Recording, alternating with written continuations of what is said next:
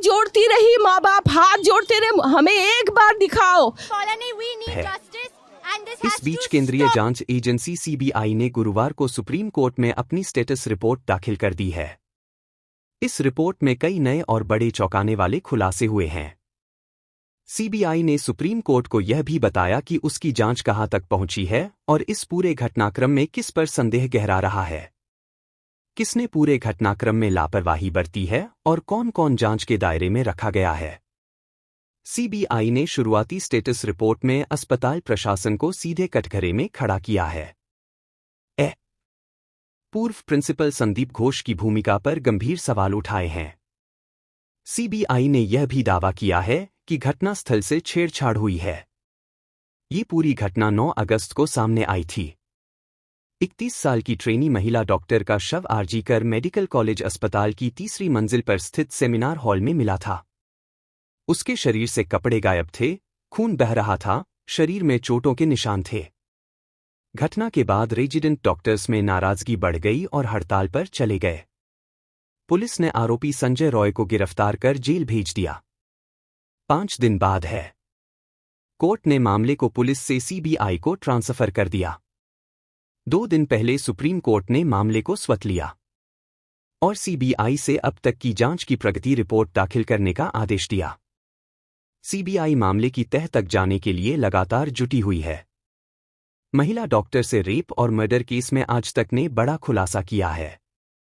CBI को अब तक इस मामले में जो सुराग और सबूत मिले हैं, उससे गैंग रेप की पुष्टि नहीं हो रही है।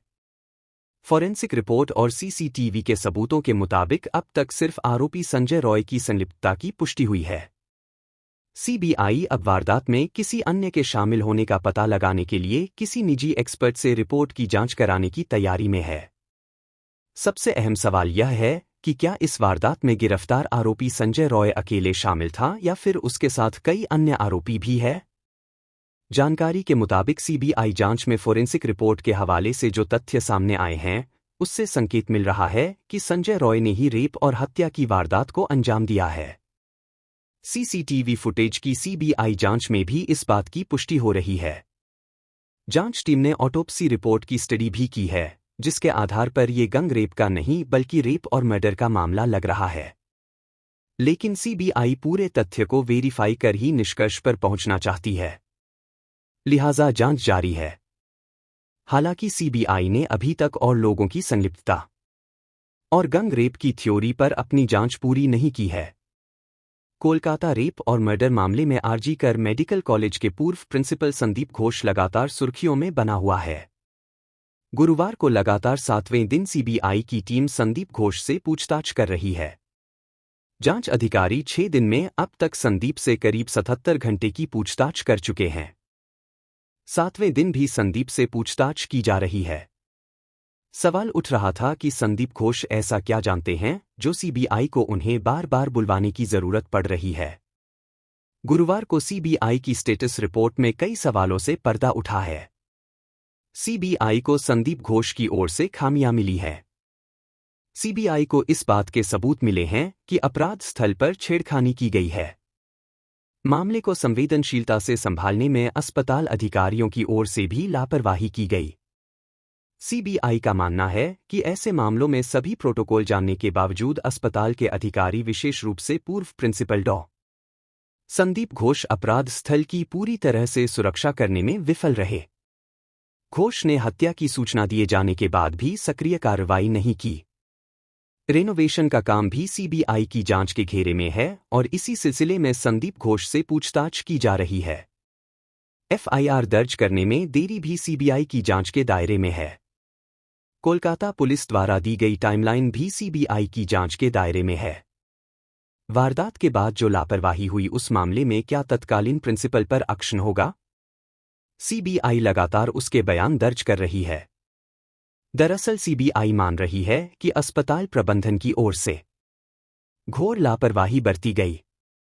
इस संवेदनशील मसले को अस्पताल प्रबंधन ने ढंग से हैंडल नहीं किया। यह सारी बातें सीबीआई ने सुप्रीम कोर्ट के सामने रख दी है। अन्य स्टाफ पर भी सवाल उठे हैं। बतौर प्रिंसिपल संदीप घोष की जिम्मेदारी थी कि रेप और मर्डर की खबर मिलते ही वो बेहद संजीदगी से इससे निपटने, लेकिन आरोपों के मुताबिक वो क्राइम सीन की सुरक्षा करने में ही नाकाम रहे। उन्होंने खबर मिलने के बाद भी सक्रिय कार्रवाई नहीं की। यही वजह है कि सबसे ज्यादा संदीप की भूमिका सवालों के घेरे में आ रही थी। सीबीआई जांच को आगे बढ़ाते हुए उससे पूछताछ कर रही है। उसके ड्राइवर से बुधवार को पूछताछ हो चुकी है। संदीप घोष के भूमिका सवालों के घेरे में आ रही थी। सीबीआई जांच को आगे बढ़ाते हुए उससे पूछताछ कर रही है। उसके ड्राइवर से बुधवार को पूछताछ हो चुकी है। संदीप घोष के 4 इंटर्न्स के साथ पीड़िता ने भोजन किया था। उनसे भी सीबीआई ने पूछताछ की है। साथ ही पूर्व प्रिंसिपल की कार की तकनीकी जांच की है। एक्सपर्ट ने कार के मूवमेंट की जानकारी जुटाई है। साथ ही ये जांच की जा रही है कि कार से कुछ सामान ले जाया गया। इसी संबंध में ड्राइवर से सवाल जवाब हुए हैं। उधर आरजीकर अस्पताल के मेडिकल सुपरिटेंडेंट और वाइस प्रेसिडेंट संजय वशिष्ठ से भी सीबीआई सवाल जवाब कर चुकी है और संजय वशिष्ठ को उनके पद से भी हटा दिया गया है। सुप्रीम कोर्ट ने कोलकाता पुलिस को फिर फटकार लगाई है। जस्टिस जेबी पारदीवाला ने कहा, 30 साल के करियर में ऐसी लापरवाही वाला केस नहीं देखा। कोर्ट ने क्राइम सीन से छेड़छाड़ का शक जताया। सीबीआई की स्टेटस रिपोर्ट में दावा किया गया है कि कोलकाता पुलिस ने क्राइम सीन को पोस्टमार्टम के बाद घेरा। एफआईआर में 14 घंटे की देरी हुई। कोर्ट ने सवाल किया कि आप प्राकृतिक मौत दर्ज होने से पहले पोस्टमार्टम कैसे हुआ। मजिस्ट्रेट रिपोर्ट पर भी सवाल उठाया। कोर्ट ने कहा कि लगता है कि कुछ पन्ने बाद में जोड़े गए।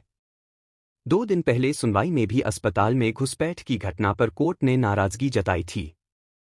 पश्चिम बंगाल सरकार की तरफ से वरिष्ठ वकील कपिल सिब्बल ने कहा, जहां तक अप्राकृतिक मौत का सवाल है, हमने सभी दिशा निर्देशों का पालन किया है। इसकी पूरी वीडियोग्राफी की गई है और मेरे पास पूरी टाइमलाइन है। सीजेआई ने कहा, लेकिन यह रात 11:30 बजे आपके एफआईआर दर्ज करने को उचित नहीं ठहराता। सुबह सुबह शव बरामद किया गया था। सीजेआई ने कहा, 14 घंटे बाद एफआईआर क्यों दर्ज की गई? वो कॉलेज के प्रिंसिपल थे जो संपर्क में थे।